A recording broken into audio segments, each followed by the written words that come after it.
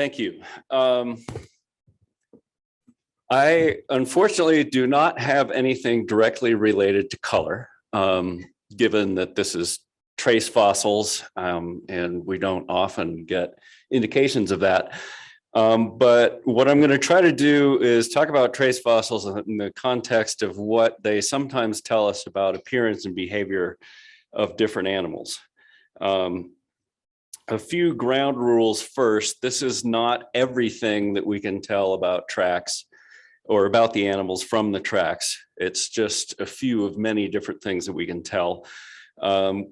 Despite the title, we'll not restrict it just to dinosaurs. We'll talk about a few other types of animals. And again, we'll try to restrict it to behavior and appearance as much as we can. A few of the advantages to tracks like this one here in Colorado National Monument, they are preserved only in the environments that they actually lived. So unlike bone or body fossil material that can end up pretty much anywhere, including under the ocean in a terrestrial animal, for example, tracks only occur where the animal was walking. So that is one advantage. And what that does is help us to determine more in a lot of cases about the paleo environments that these animals lived in. It'd be kind of supplementary to the geologic interpretations. Obviously, again, tracks of all sorts, even invertebrates, record behavior more than anything else. And they can give us indications about appearance, as we will see. Now, we only have 15 minutes and I have a whole bunch of slides. So this is going to be pretty fast. And I'm going to split it basically into appearance, which is a little bit shorter, and then things about behavior is quite a long section. And we will have essentially highlights as we go along. And I will try to speak quickly so that we can get through it all. First of all, feathers and scales. This is kind of a digital reconstruction of a trackway or a track. We will get to this type of thing a little bit later more, but this is track type known as Anomepus, which is believed to possibly be an ornithischian track. And you can see how long the back of the footprints is here. And you can see these traces here, which are part of the body. We'll get to more of this in a minute. But this was proposed by Gerard Gerlinski as a resting trace that shows possible feather material on the body itself. And this was a little bit unexpected, especially if this is an ornithischian track and not a theropod, because we've mostly gotten feathers and body fossils from theropods. But just recently, there has been an ornithischian dinosaur from Russia that appears to have feather material on it as a body fossil. So Anomepus having feathers on the body is not necessarily all that unexpected. Of course, on the feet, we have up in the upper left here is Zotosome. This is prosauropod. We have sauropod feet, scale impressions down here, various tridactyl tracks, including this one from the St. George track site. And this is actually our only non-dinosaur, which we'll get to in a minute. All these things you can see have nice scales impressions on the feet. So the feet were all nicely scaled. And the feathers appeared on much of the body in a number of different types of dinosaurs, so that what we're looking at essentially in many dinosaurs is probably something similar to a chicken here or modern theropods, where you have this you have a mix of scales and feathers on different parts of the body. Next headline, most Morrison diplodocid sauropods are mounted wrong. And this is probably a little bit less true as we've been remounting things, but almost every diplodocid in the country up until about 10 years ago was pretty messed up. And in fairness to every other museum, I will pick on our own museum at the Field House, where we have a Diplodocus cast from Sheep Creek. And if you notice here, the front feet are spaced, the inside edges of the front feet are spaced by about 3 feet. And the back, it's about 4 feet. The important thing about this is that there's no trackway in the Morrison Formation anywhere that I've been that has a trackway that's spaced like that. As we will see here in a minute, This is your wide gauge on the left, a Brontopodes trackway, Parabrontopodes, which is a narrow gauge one and supposedly belongs to Diplodocids, probably. You can see the spacing on these is right down here. You have a lens cap, which is about 5 centimeters. So 5 to 15 or 10 to 15 centimeters, about 4 to 6 inches between the inside edges of the feet right here. And that's the wide gauge one. The narrow one, you can see these overlap along the midline.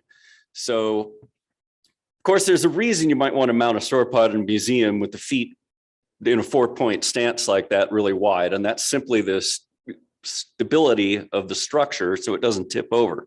But keep in mind, according to the trackways, when these things walked, they walked very much in a straight line with their feet very close together, far more than you would expect just looking at their skeletons. Phytosaurs lost toes. This is based on a trackway from Brinkerhoff Spring, which is down just outside Capitol Reef. It was found in 1998. It is called a platypus, which is a track type believed to belong to Phytosaurs. Here we cleaned the surface off and found a whole bunch of little tiny tracks. I don't know if you guys can see one right there. Little small reptile tracks all over the same surface of a very fine mud where this Phytosaur had walked along and left really nice traces.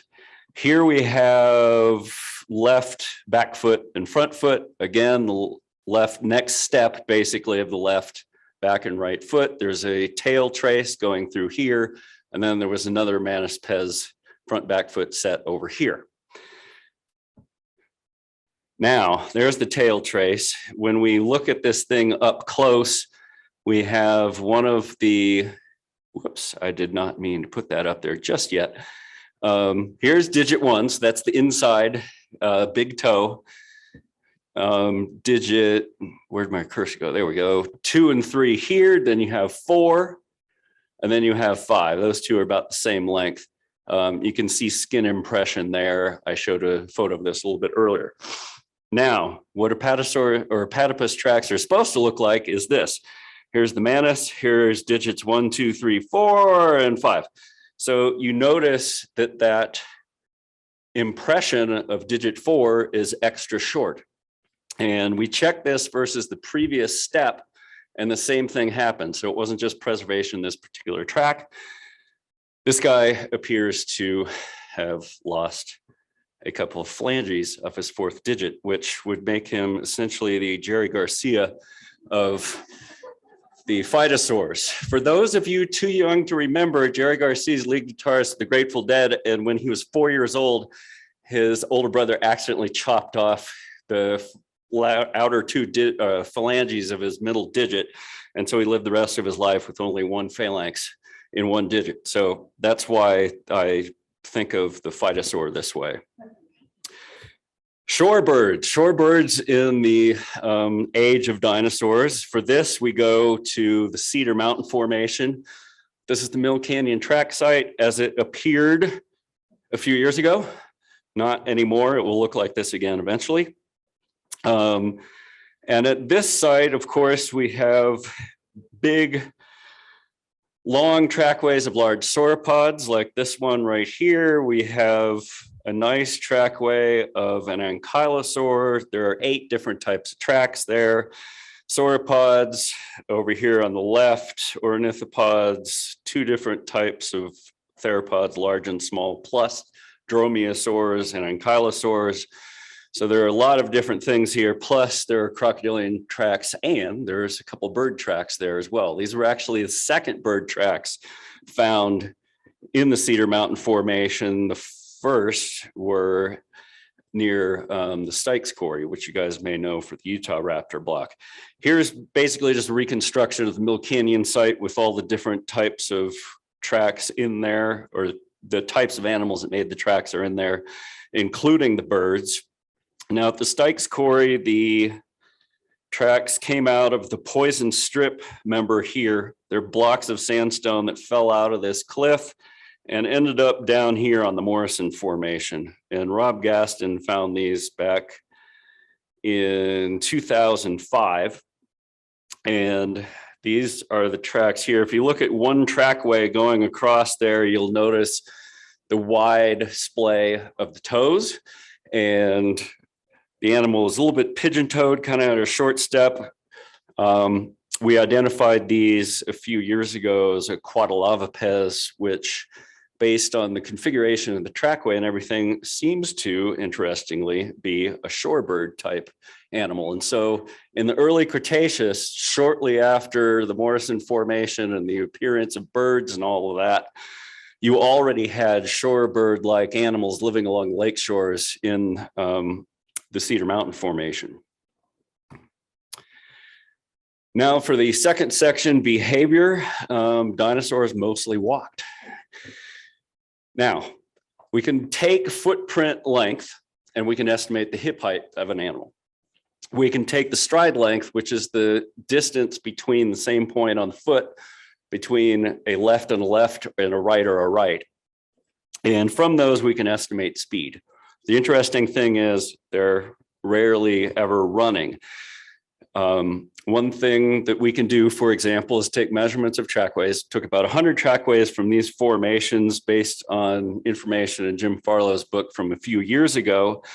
And we can calculate the speeds off these guys, and their average speed was about 4 miles an hour, regardless of the size of the animal, little tiny guys up to big ones.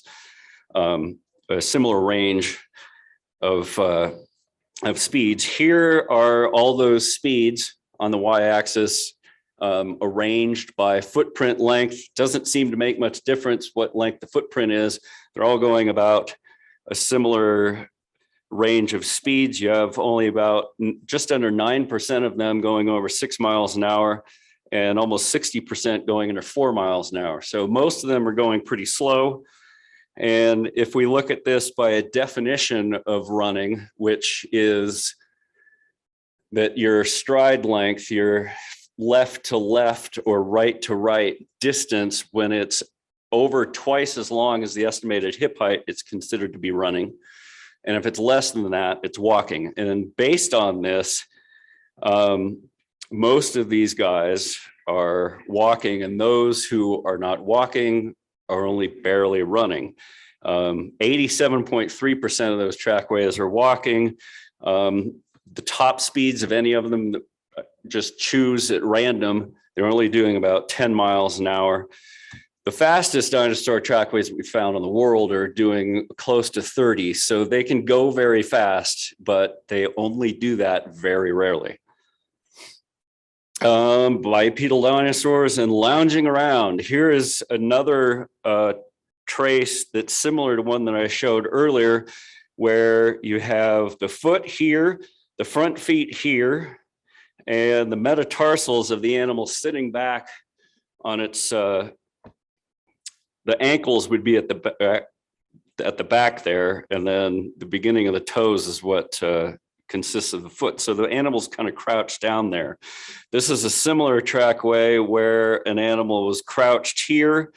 You can see the front hands, the back feet, and the metatarsals, the ischium impression, and then the animal getting up and walking away. And so down here is kind of an indication of what the animal would have looked like when it was crouching.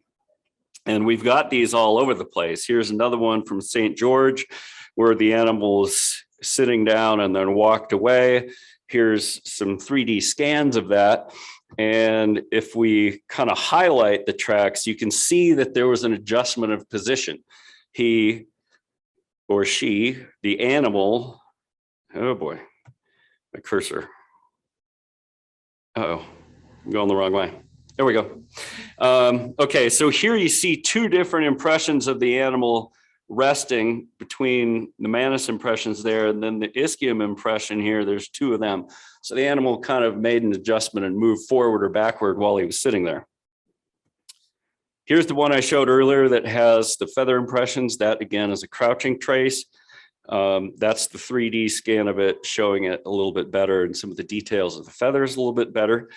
And here you have a reconstruction of the animal from St. George, possibly a Dilophosaurus, crouched down and just kind of hanging out there. And in his mind, you know, he is actually a lioness there, lounging around, being a good predator and not moving more than you need to.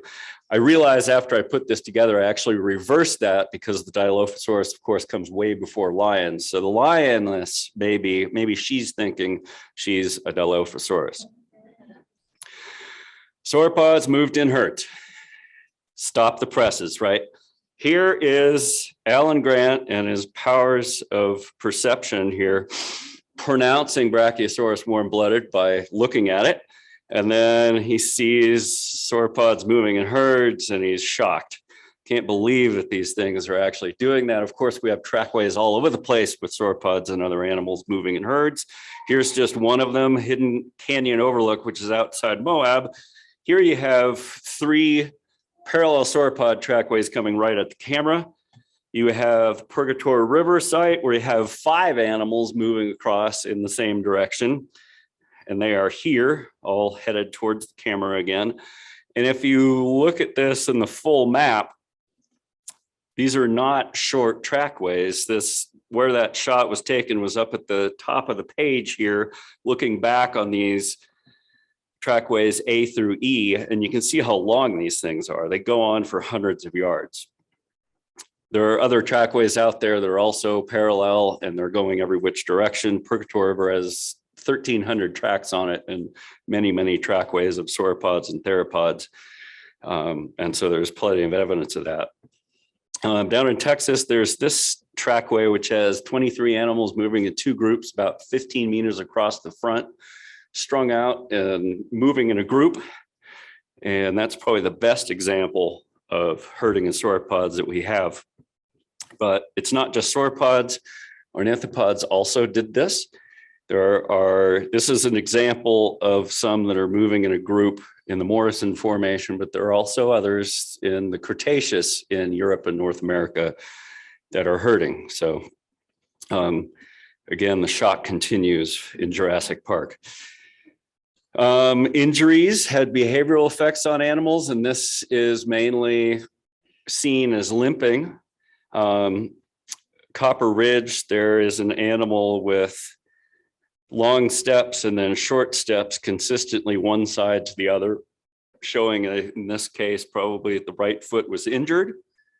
And that's a theropod example.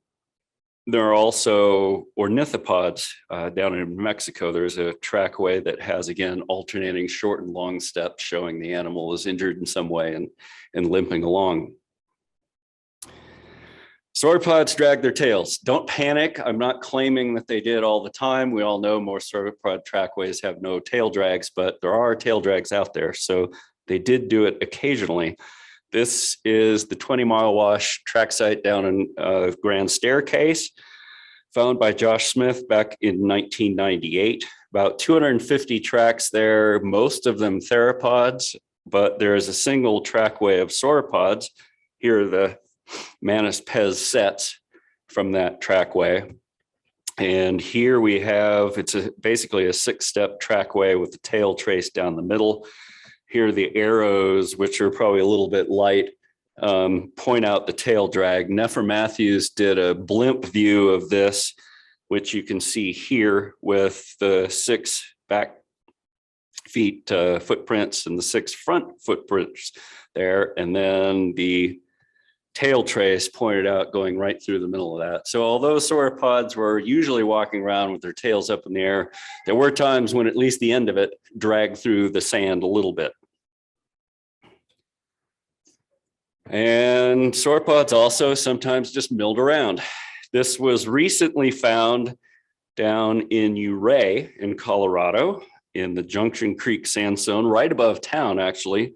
And you can see in this an animal, it comes in from the bottom and it goes up, changes its mind, turns around, goes a 180, and then ends up wandering off this direction, ends up spinning a full 270. And That is one of the most spectacular example of sauropods doing weird direction changes. Here are more shots of that. Here we have the animal at the point where it decided to just turn around and head back. The thing to notice on the lower left there is, again, it's a pretty narrow trackway of this animal. Also, the tracks are not very big, so it's fairly small. There are other examples of turns in sauropods, and most of these, for some reason, we've been finding in China. Mammals lived in desert tunnel complexes, and this comes from a couple formations, mostly in Utah. The Navajo sandstone down in the southern part of the Grand Staircase, you get sand dune deposits with little growliter tracks, little small theropods running up the sand dunes.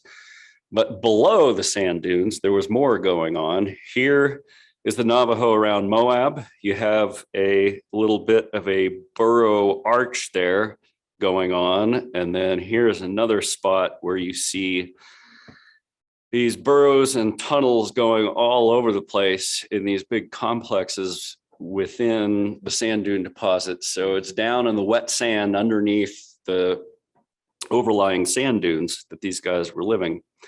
This also occurs in the Entrada sandstone. So it wasn't just early Jurassic, it was middle Jurassic that this was going on too. Here's Brian Ng's reconstruction of the Navajo sandstone. You had the Oasis deposit with prosauropods and the theropods. Most of that evidence based on, well, one body fossil that you can see downstairs, and then a lot of trackways. But in the lower right there, you might just be able to make out, or not, some burrows in those sand dunes. And I'll kind of blow that up here and lighten it a little bit so you can see what these guys were doing in the burrows down in the sand dunes, living probably with a large number of individuals in one place. Sauropods didn't mind deep mud. You find that at localities all over the Morrison Formation, but particularly one that is now within Utah Raptor State Park. And this one, you have tracks of sauropods, natural casts, and you have these big mud cracks like you see on the left here. And this was natural casts of sandstone, but the tracks and the mud cracks had been into mud. So here's an example of a very deep sauropod track, basically punched into very wet mud. But if you look closely, there are scrape marks of the foot going down into the mud that got cast in the sand when the sand filled it in. And there are also mud cracks that run from the sandstone surface. These are natural casts of the mud cracks. They run from that surface and they go down along the surfaces of the tracks themselves. So we can see basically what happened was the dinosaurs stepped in very wet mud. They left post holes basically in it. The deep tracks, that all dried out. The surface cracked, the surface of the tracks themselves cracked. And then when the sand came in, it filled all that in and made natural casts of all of it. And this is actually the most common way that sauropod tracks occur in the Morrison Formation. Most sites in the Morrison Formation for sauropod tracks are natural casts in sandstone that had been made into deep mud. Theropods displayed, or at least bathed, that is in dust. Here we have the trackways described a few years ago from the Natarita Formation out in western Colorado. That's Ken Cart and Martin Lockley with some scrape marks in a sandstone, and there were a number of these things all in one surface. What they went through basically four things that these could be. They had reasons for why the first three, that they could basically rule those out for various reasons, that the scrape marks that they were getting just did not fit any of them. And so what they could not rule out was a nuptial display arena where animals are basically dancing around and scratching the ground and showing off how good they are at making nests. And that's all part of pre-mating rituals and everything. Now, another alternative for this, possibly dust bathing and feathered animals. These are probably theropods based on the track that we did get out of one of those scrape mark areas. So they were probably feathered, even though they were moderately sized theropods, and perhaps they were trying to keep, like chickens do today, trying to keep mites down by bathing in the dust.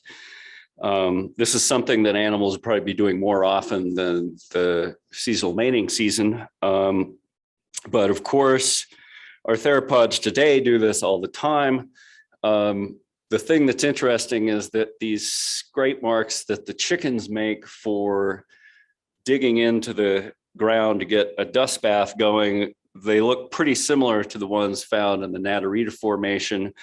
And I'm not really sure, and this is something that Josh Smith and I and Martin have kind of talked about, but we need to figure out some way to distinguish these, because just broadly looking at these, the chicken dust baths and the scrape marks found on the Natarita Formation are pretty similar, and how you distinguish the mating ritual versus just dust bathing is kind of hard to say. So that's something that somebody, maybe us, needs to look into at some point.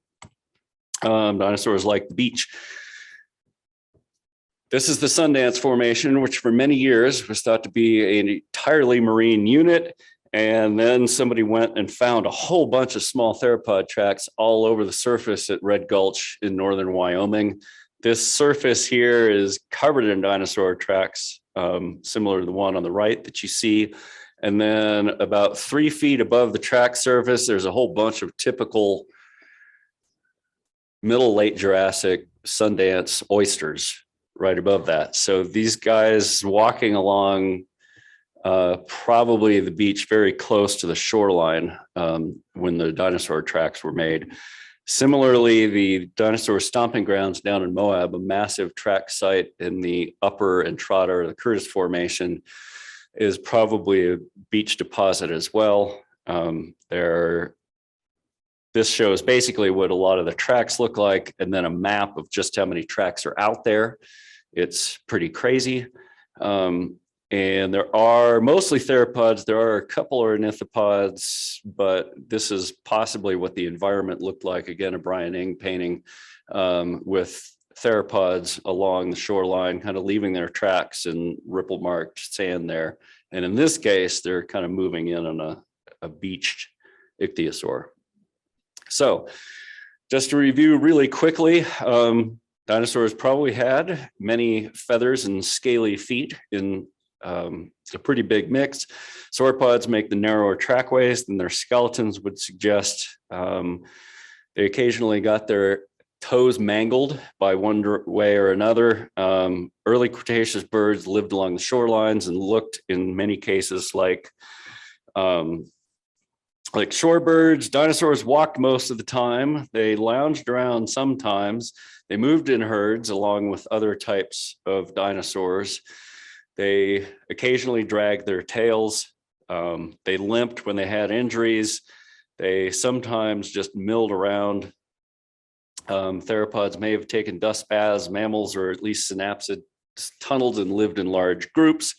Sauropods didn't mind going around in the mud like elephants. They may actually have enjoyed mud for all we know, and they liked the beach. So that, I hope I made it in time, is it. And thank you to these folks and to you for listening.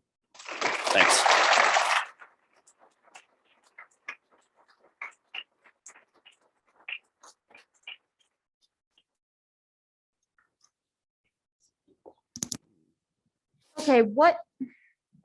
Okay, what is the most common trace fossil you found in Utah?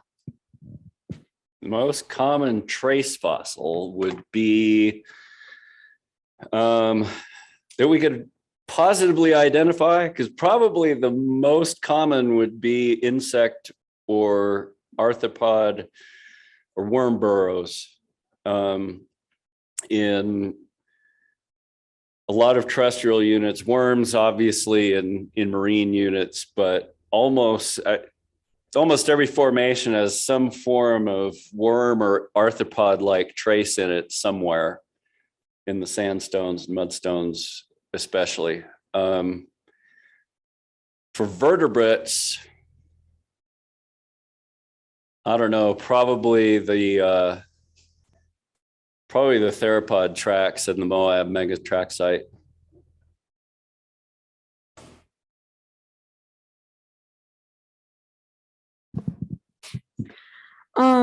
Do you think we'll ever find a trace fossil of a dinosaur at rest, like laying down?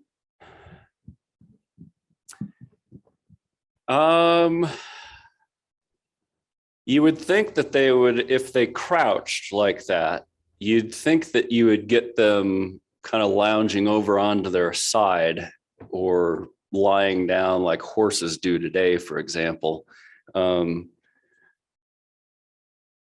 I'm not aware of any that we've found that have been like that, but I would not at all be surprised if somebody found that at some point. Yeah, I think I would expect that as a behavior in theropods, especially. Yeah. Is when you have the group track sites, how do you determine whether they were going at the same time, or if it was some kind of a game trail type situation where individuals are going through that area, like not at the exact same time? It's really hard to know for sure a lot of times, but in most of those sites where they assume they had groups going through at the same time, it's usually that they're across a pretty wide front. In other words, you have everybody moving in the same direction, I mean, parallel to each other. Everybody's going the same direction, but it's not just single file, essentially. They're maybe spread out a little bit. I think if you ended up with tracks not overlapping, like they were all spread out this way, or they're not going all the same direction, something like that, you wouldn't assume that they're doing that. Similarly, if everybody was in one small area, they could have been going single file, but I don't think you can really say that they're herding because you have no idea what the time difference is. So it's mainly if they all seem to be headed the same direction, but they're not in one line. As long as they're spread out a little bit, and the tracks overlap each other with similar preservation. You know, obviously if one set of tracks is really deep and the other one's a little bit shallow, that would suggest that there was some time during which the sediment dried out and became a little firmer. But as long as all the tracks are, you know, the same depth for their size, that suggests that everybody came through in a pretty short period of time too.